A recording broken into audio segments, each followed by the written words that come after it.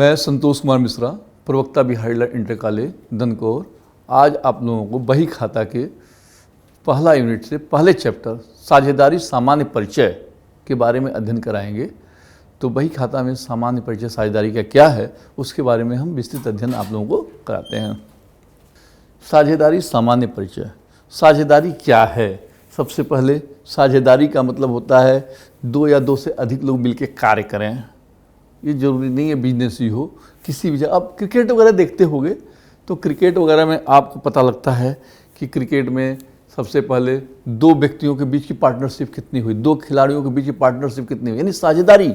इन दो लोगों के मिलाकर जो भी होता है उसे हम साझेदारी कहते हैं। लेकिन यहाँ पर जो हम पढ़ रहे हैं साझेदारी, वह साझेदारी व्यवसाय से संबंधित होता है, वो पार्टनरशिप नहीं। तो साझेदारी किस प्रकार होता है उसके बारे में हम अध्ययन कर रहे हैं। साझेदारी की जो परिभाषा देखते हैं तो इन परिभाषाओं में जो हमारी होती है वह भारतीय साझेदारी अधिनियम 1932 में दिया गया है। भारतीय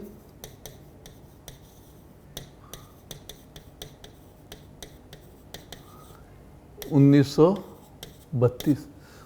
बत्तीस में इसकी परिभाषा दी गई है। साझेदारी उन व्यक्तियों के मध्य एक अनुबंध या समझौता है जो किसी ऐसे व्यवसाय के लाभ को आपस में बांटने के लिए सहमत होते हैं जिसे वे सब या उन सब की ओर से कोई एक व्यक्ति चलाता है। इस प्रकार जब हम साझेदारी के जब लक्षण के बारे में जान रहे हैं तो आया साझेदारी उन व्यक्तियों के मध्य एक समझौता है जिसे वे सब या उन सब की ओर से कोई एक व्यक्ति चलाता है।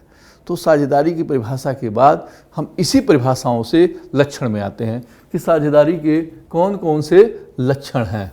साझेदारी के लक्षण, ये साझेदारी के जो लक्षण हमारे पास हैं या विशेषताएं वो कौन कौन से, ये लक्षण हमारे उन परिभाषाओं के मध्य से ही आते हैं जो हमने बताया है अभी आपको। साझेदारी उन व्यक्तियों के मध्य एक समझौता है जिसे वे सब या उन सब की ओर से कोई एक व्यक्ति चलाता है या उस फर्म के नाम से जानते हैं। तो यहाँ पर जब हम लेके चलते हैं तो कौन कौन सी विशेषताएं हैं, तो नंबर एक, सबसे पहले दो या दो से अधिक व्यक्तियों का होना। यहाँ पर लिखा गया है साझेदारी क्या है, यह उन व्यक्तियों के मध्य, व्यक्तियों, तो व्यक्तियों के मध्य जब कहा गया है तो व्यक्ति अकेला नहीं होता, व्यक्ति में दो या दो से अधिक व्यक्ति होते हैं। तो जब दो या दो से अधिक व्यक्ति मिलकर किसी व्यवसाय को करते हैं तो वह साझेदारी होती है। सबसे पहले दो या दो व्यक्तियों से मिलना ही साझेदारी होता है। लेकिन साझेदारी में दो या दो से अधिक व्यक्ति मिले तो अधिकतम कितने मिले, इस संबंध में भारतीय साझेदारी अधिनियम 1932 में कोई भी विवरण नहीं दिया गया है। तो भारतीय कंपनी अधिनियम में इसका विवरण दिया गया है। अब वह भी 2013 में संशोधन किया गया।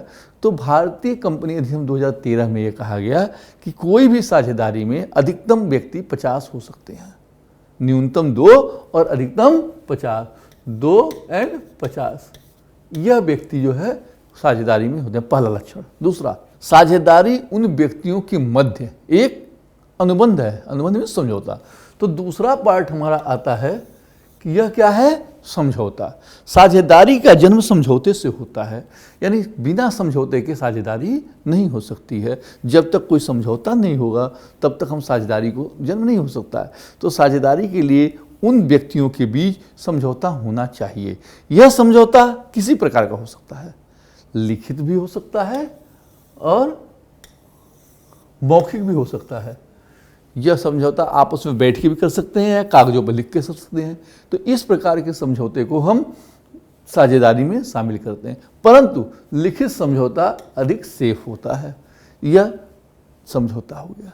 इसके बाद क्या समझौता होता है, साझेदारी उन व्यक्तियों के मध्य एक अनुबंध है जो किसी ऐसे व्यवसाय के, यानी उनके बीच में व्यवसाय का होना जरूरी है। और वो व्यवसाय कैसा होना चाहिए, वैध, अवैध नहीं, तस्करी नहीं, स्मगलिंग नहीं, यानी एक कानूनी तरफ से वैध व्यवसाय का होना अति आवश्यक है।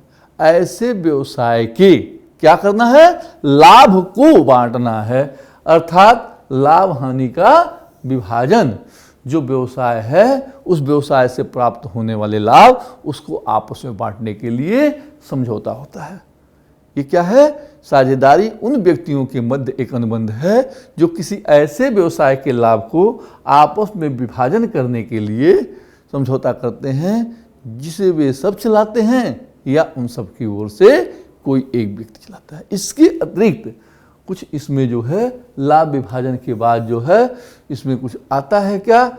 असीमित उत्तरदायित्व। इनका दायित्व जो होता है वह असीमित होता है। अर्थात असीमित उत्तरदायित्व से मतलब होता है ऐसा दायित्व जिनका किसी भी प्रकार का बंधन न हो, अर्थात वह दायित्व से मुक्त होते।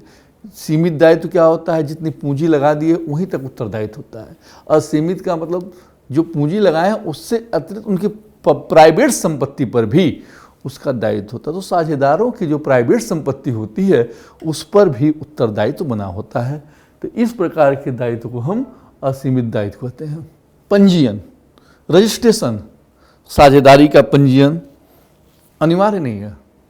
कंपनी का अनिवार्य है परंतु साझेदारी का पंजीयन अनिवार्य नहीं, परंतु सुरक्षा के दृष्टि से आवश्यक है। तो ऐच्छिक या आवश्यक कह सकते हो। तो साझेदारी का एक पंजीयन कराया जाता है जो ऐच्छिक होता है। व्यवसाय का संचालन, अभी मैंने बताया वे सब या उन सब की ओर से कोई एक व्यक्ति। तो व्यवसाय का संचालन या तो जितने भी साझेदार हैं सभी मिलकर कर सकते हैं या उन सब की ओर से कोई एक व्यक्ति व्यवसाय का संचालन कर सकता है। स्वामी एवं एजेंट का संबंध, जितने भी साझेदार आपस में होते हैं उनके मध्य आपस में प्रधान एवं एजेंट का संबंध होता है। अर्थात वे एक दूसरे के कार्यों के प्रति उत्तरदायी होते हैं। जो भी कोई गलत हो या एक व्यक्ति का किया गया कार्य दूसरा भी उत्तरदायी होता है। इस प्रकार किए गए कार्य एक दूसरे के स्वामी और एक दूसरे के एजेंट के रूप में होते हैं। व्यवसाय से पृथक अस्तित्व नहीं, साझेदारों का व्यवसाय से कोई अलग अस्तित्व नहीं होता है। अर्थात साझेदारी में ही उनके सारे अधिकार और अस्तित्व निहित होते हैं। हित के हस्तांतरण पर प्रतिबंध, जो साझेदार होते हैं अपने हितों का हस्तांतरण नहीं कर सकते, अर्थात वो अपने हितों के हस्तांतरण पर रोक लगा हुआ है। अर्थात इनके हितों का प्रतिबंधित होता है। सभी साझेदारों की मर्जी से ही कोई व्यक्ति अपने हित का हस्तांतरण कर सकता है। साझेदारी परिचय का सबसे महत्वपूर्ण पार्ट साझेदारी संलेख, पार्टनरशिप डीड। ये क्या है? साझेदारी संलेख, जब साझेदारों के बीच जो समझौता होता है वो मौखिक न होकर लिखित हो जाता है और सभी बातों का उसमें समावेश होता है, उस समझौते को हम पार्टनरशिप डीड या साझेदारी संलेख के नाम से जानते हैं। यानी जब साझेदारों के बीच का लिखित समझौता होता है वह समझौता हमारा साझेदारी संलेख कहलाता है। इस साझेदारी संलेख में कौन कौन सी बातें आती हैं इस पर हम लोग, इसमें संलेख में निम्नलिखित बातें होती हैं। कौन कौन सी होती हैं वो हम बातें हैं। उसमें सारी चीज़ें जितने भी साझेदारी में यानी होने वाले पूंजी की मात्रा, साझेदारों के नाम, ब्याज, पूंजी, जितनी भी चीज़ें हैं सब इसके अंतर्गत समाहित होती हैं। उसके बारे में एक एक करके अध्ययन कर रहे हैं। सबसे पहले साझेदारी फर्म का नाम और पता। साझेदारी संलेख में सर्वप्रथम साझेदारी फर्म का नाम एवं पता होना चाहिए, अर्थात किस नाम से बिजनेस कर रहे हैं, कहाँ कर रहे हैं, किस स्टेट में कर रहे हैं, इसका उल्लेख साझेदारी संलेख में होता है। साझेदारी फर्म का नाम का निर्धारण करते समय साझेदारों को इस बात का ध्यान देना चाहिए कि जो राज्य सरकार द्वारा प्रतिबंधित नाम हो या जिस नाम से पहले से कोई फर्म रजिस्टर्ड हो उस नाम का उल्लेख नहीं होना चाहिए। जैसे रॉयल, किंग, सम्राट, सम्राज्ञी, महाराज, महाराज्ञी आदि शब्द का उल्लेख साझेदारी फर्म के नाम में नहीं होना चाहिए। दूसरा है साझेदारों के नाम और पता। जो साझेदारी है संलेख उसमें दूसरा महत्वपूर्ण पार्ट होता है साझेदारों के नाम और पता।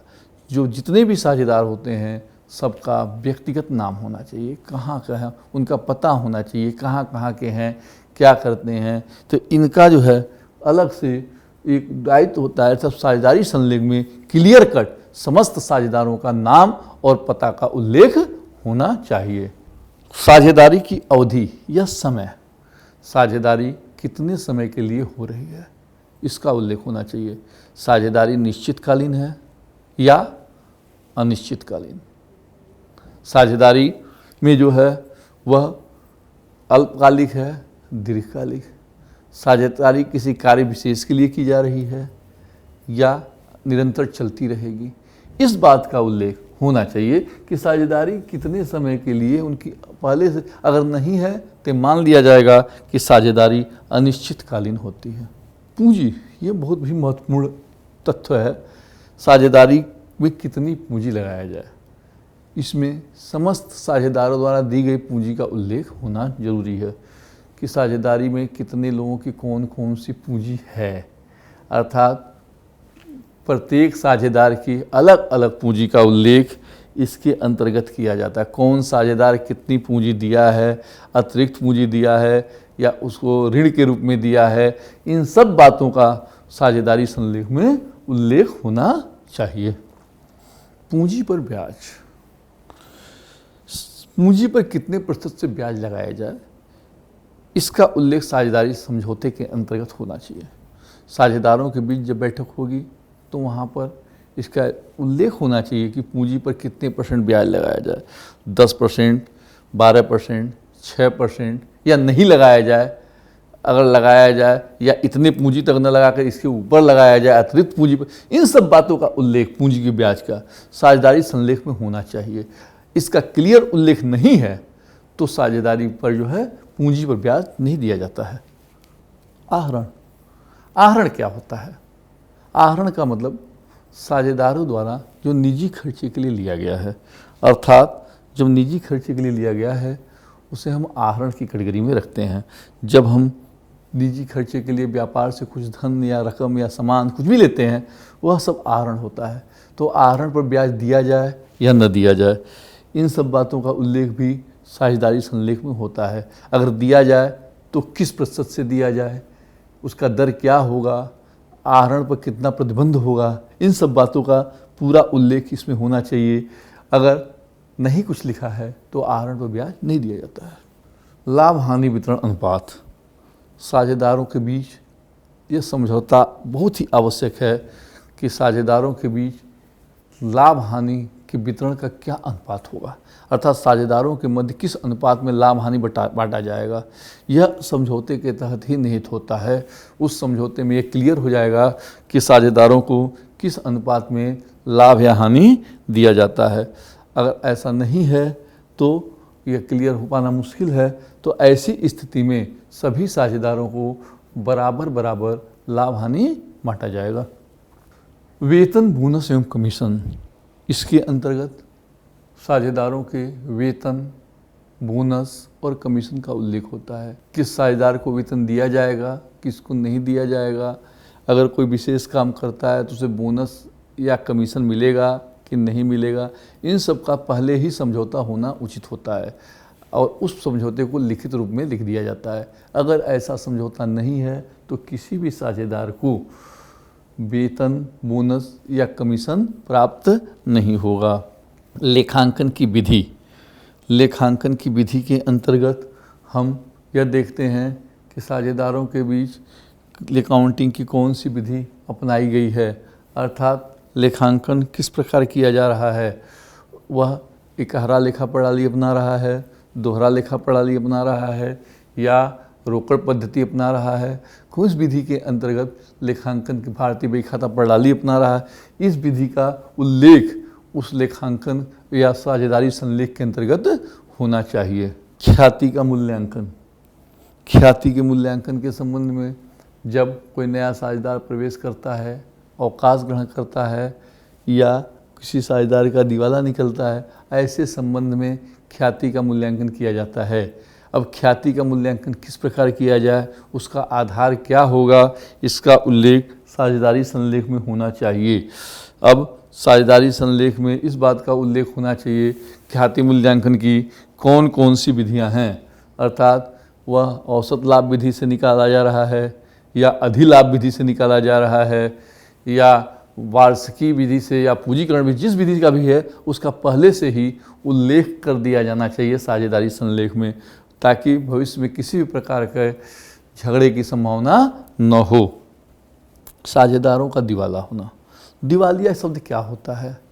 दिवालिया से मतलब होता है जब किसी व्यक्ति पर उसके दायित्व उसकी संपत्ति से अधिक हो जाते हैं, अर्थात जब किसी साझेदार का दिवाला निकल जाता है तो उस दिवाला की पूर्ति अन्य साझेदार किस अनुपात में करेंगे? अपने लाभ हानि अनुपात में करेंगे, या अपने पूंजी के अनुपात में करेंगे, या किसी अन्य अनुपात में करेंगे। जैसे भी करेंगे इसका उल्लेख होना चाहिए। क्या दिवालिया होने पर गार्नर बनाम मरे का नियम लागू होगा या नहीं होगा? इन सब बात का उल्लेख साझेदारी संलेख में पहले से ही हो जाना अच्छा होता है। ऋण की राशि एवं ऋण पर ब्याज की दर।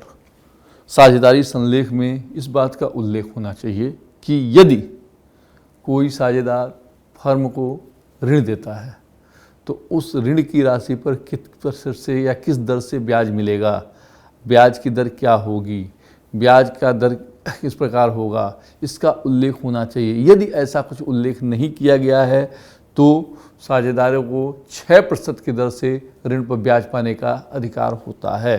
तो इस प्रकार यहाँ पर अगर उससे कम या ज़्यादा है तो उसका उल्लेख पहले से ही होना चाहिए। संपत्तियों एवं दायित्वों का मूल्यांकन। संपत्ति एवं दायित्व से मतलब होता है फर्म में जो संपत्ति एवं दायित्व हैं, अर्थात फर्म का पुनर्मूल्यांकन करना पड़ता है। जब कोई नया साझेदार प्रवेश करता है या अवकाश ग्रहण करता है, ऐसे में संपत्ति एवं दायित्वों का पुनर्मूल्यांकन किया जाता है। तो उस पुनर्मूल्यांकन का आधार क्या होगा, इस आधार के बारे में पहले से ही हमें उल्लेख होना चाहिए। अधिकार एवं कर्तव्य। साझेदारों के अधिकार एवं कर्तव्य का निर्धारण पहले से कर लिया जाना चाहिए, अर्थात वह साझेदारों को किस प्रकार किया जाता है, अर्थात उनके कौन कौन से अधिकार हैं, क्या कर्तव्य हैं, कोई साझेदार अवैध साझेदार हो सकता है, नहीं हो सकता है, इन सब बातों का उल्लेख इसके अंतर्गत होना चाहिए। अर्थात साझेदारों के इन बातों का उल्लेख साझेदारी संलेख में होना चाहिए। इसके साथ साथ कुछ अन्य भी हैं, जैसे साझेदारों का प्रवेश। साझेदारी संलेख में इस बात का उल्लेख होना चाहिए कि यदि कोई साझेदार साझेदारी में प्रवेश कर रहा है तो किस प्रकार कर सकता है। अगर प्रवेश कर रहा है तो अन्य साझेदारों की सहमति से होता है या अपने आप हो जाता है। इन बातों को उल्लेख साझेदारी संलेख में होना चाहिए। अवकाश ग्रहण।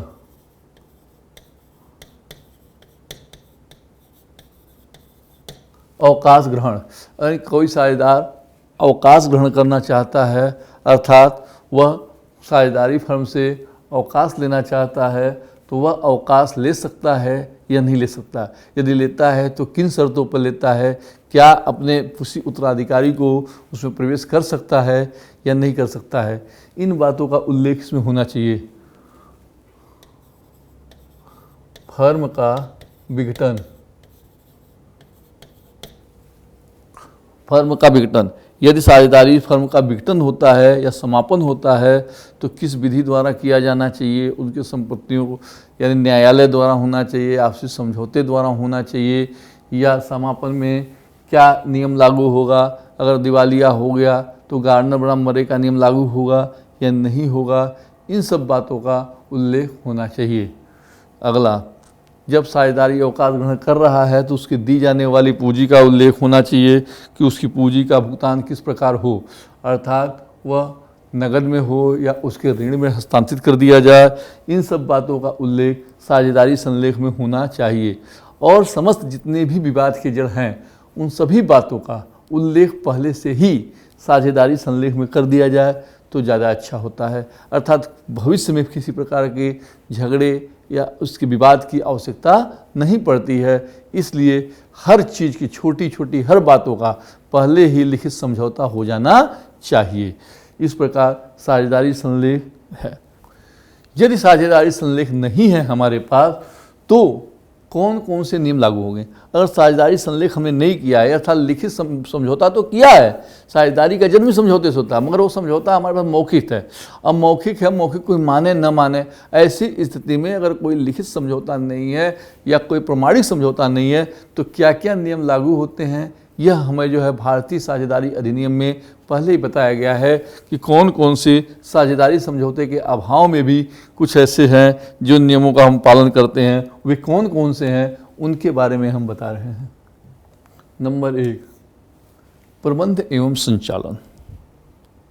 साझेदारी समझौते के अभाव में यानी संलेख के अभाव में साझेदारी में समस्त साझेदारों का यह अधिकार होता है कि वो प्रबंध या संचालन में भाग ले सकें, अर्थात उन्हें समान अधिकार मिलता है, सभी साझेदार उसमें पूर्ण रूप से प्रबंध में भाग लेने के लिए अधिकारी होते हैं। लेखा पुस्तकों को देखने का अधिकार।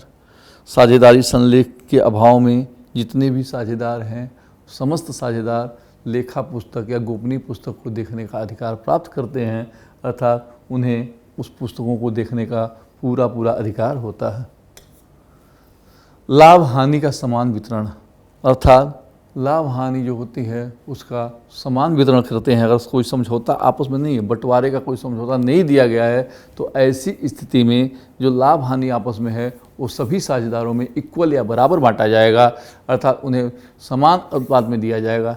इस प्रकार जो है साझेदारी संलेख के अभाव में लाभ हानि का समान वितरण होता है। वेतन, बोनस एवं पारस्परिक। जब साझेदारी संलेख या कोई समझौता लिखित नहीं है तो वहाँ साझेदारों को किसी भी प्रकार का वेतन, बोनस या पारस्परिक का कोई प्रावधान नहीं है, अर्थात उन्हें किसी भी प्रकार का वेतन, बोनस या पारस्परिक नहीं दिया जाएगा। पूंजी पर ब्याज, जैसा कि पहले ही बताया जा चुका है, यदि साझेदारी समझौते में अगर पूंजी पर ब्याज का उल्लेख नहीं है तो अगर कोई साझेदार पूंजी लगाता है या अतिरिक्त पूंजी लगाता है तो उस पर किसी भी तरह का कोई भी ब्याज पाने का वह अधिकारी नहीं होगा, अर्थात उसे पूंजी पर ब्याज नहीं दिया जाएगा। आहरण पर ब्याज, जिस प्रकार उसे पूंजी पर ब्याज नहीं दिया जाता है, अगर समझौता नहीं है तो उसके द्वारा आहरित किए गए राशि पर भी किसी भी प्रकार का ब्याज लेने का अधिकार नहीं है, अर्थात फर्म भी जो साझेदार है उसके आहरण पर ब्याज नहीं ले सकती, यानी उसका कोई दर नहीं होता है। इस प्रकार आहरण पर ब्याज नहीं प्राप्त हो सकता। ऋण पर ब्याज, ऋण पर ब्याज से आशय एक फर्म या साझेदार फर्म को कोई ऋण देता है, साझेदारी समझौते के अनुसार यदि कुछ नहीं दिया गया है तो वहाँ पर साझेदार को 6% के दर से ब्याज पाने का अधिकार है, अर्थात प्रत्येक ऋण पर 6% ब्याज मिलता रहेगा। साझेदारी फर्म में प्रवेश, यदि कोई समझौता नहीं है तो समस्त साझेदारों के अनुमति के बिना कोई भी साझेदार, यानी किसी भी साझेदार के विरोध करने के कारण कोई भी नया साझेदार फर्म में प्रवेश नहीं कर सकता। इसके लिए सभी साझेदारों की अनुमति लेने की आवश्यकता होती है। तो यदि साझेदारी संलेख नहीं है तो कोई नया साझेदार सभी साझेदारों की अनुमति के बाद ही फर्म में प्रवेश प्राप्त कर सकता है। साझेदारी फर्म के अवकाश ग्रहण, प्रत्येक साझेदारी में जब कोई अवकाश यानी अस्वस्थ होता है, अवकाश ग्रहण करना चाहता है, तो साझेदारी फर्म से अवकाश ग्रहण करने के लिए सभी साझेदारों की अनुमति की आवश्यकता होती है और उसके बाद ही वह जो है फर्म में अवकाश ग्रहण कर सकता है। साझेदार द्वारा पृथक रूप से व्यवसाय, साझेदार द्वारा पृथक रूप से व्यवसाय, प्रत्येक साझेदारी में साझेदारों द्वारा अलग से व्यवसाय किया जाता है, अर्थात वह अलग से अपना व्यापार करेगा। तो प्रत्येक साझेदार पृथक रूप से कोई भी व्यवसाय यदि करता है तो उसमें होने वाले लाभ या हानि का साझेदारी फर्म पर पूरा अधिकार होता है, अर्थात उस लाभ पर सभी साझेदारों का अधिकार होता है। उसके द्वारा किया गया कोई भी साझेदार यानी लाभ वो खुद अकेले नहीं ले सकता है। संलेख के अभाव में यदि कोई साझेदारी अलग से उसी टाइप का व्यवसाय करता है तो उससे होने वाले समस्त लाभ पर सभी साझेदारों का पूरा अधिकार होता है। साझेदार के कारण फर्म को हानि। यदि साझेदार के कारण किसी फर्म को हानि होती है और समझौता नहीं है तो उस हानि की पूर्ति वो साझेदार खुद करेगा, अर्थात उसकी पूर्ति के बाद अन्य साझेदारों का दायित्व तो सीमित होता है, परंतु सबसे पहले उसके कारण यदि कोई हानि होती है तो उसकी पूर्ति उस साझेदार द्वारा कराया जाएगा। तो प्यारे बच्चों, अभी आप लोगों ने साझेदारी का परिचय देखा, जिसमें आपको सबसे पहले साझेदारी की परिभाषा, साझेदारी के लक्षण, साझेदारी संलेख, संलेख में किन किन बातों का उल्लेख होता है, उसके पश्चात साझेदारी में अगर संलेख नहीं है तो क्या क्या नियम लागू होते हैं, इन बातों का अध्ययन कराया गया है। अब आगे चैप्टरों में साझेदारी में कौन कौन से खाते होते हैं, प्रवेश अवकाश, इन सब बारे में धीरे धीरे अध्ययन कराया जाएगा अगले पार्ट में। अभी देखिए, धन्यवाद।